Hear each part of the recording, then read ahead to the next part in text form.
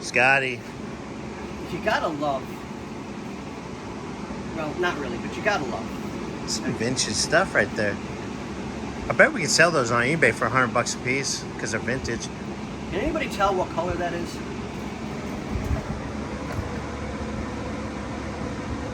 What color is it? White? Should be white? It's blue. Okay. This came out of a different car to go into this one because the vehicle that they were in was painted. This has no telltale signs anywhere of being blue. No, no. So, you ready? Again.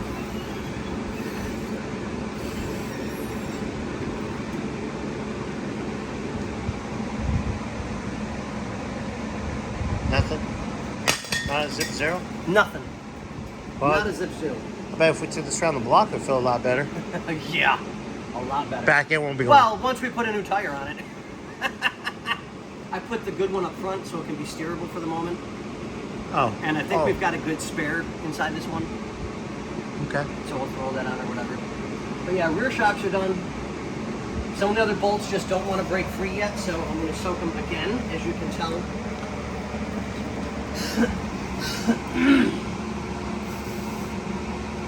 We've been soaking everything like crazy. Wow, this thing's pristine. Right? Didn't it just come off the showroom floor? Yeah. 50 years ago. Almost 60 years ago. Shut up. Because this year, my Plymouth's 6 years old. You know? It's about as... You're almost as old as it. What year is your Plymouth? 64. It's as old as my mom. Sorry, Mom. Yeah, I still can't believe I'm almost as old as your mother. I was at the grocery store the other day. Conversation came up. One lady was chatting with me, and what I thought to be her son was with her, and they're just chatting away, just having a blast. And she kind of drags me into the conversation. She's like, "Well, you're a younger man.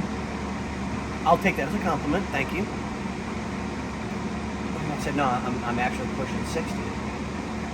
And the kid chimed in and he goes, "You're almost as old as my grandfather." I'm like, "What?" He goes, "Yeah, my grandfather will be 58 this year." Wah, wah, wah. Thanks, kid. Thanks. I hope your uterus falls out. Dang. Shots fired.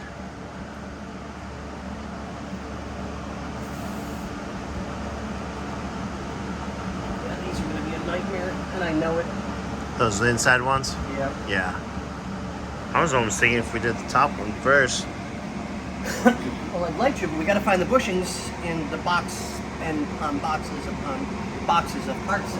I'm literally going through everything and organizing everything. Gee. That way, because on Monday, Monday, I'm going to pull the axles out, set them next door to Victor, have him put the new bearings on it. I'll put the new seals in, clean everything up, take the third member out.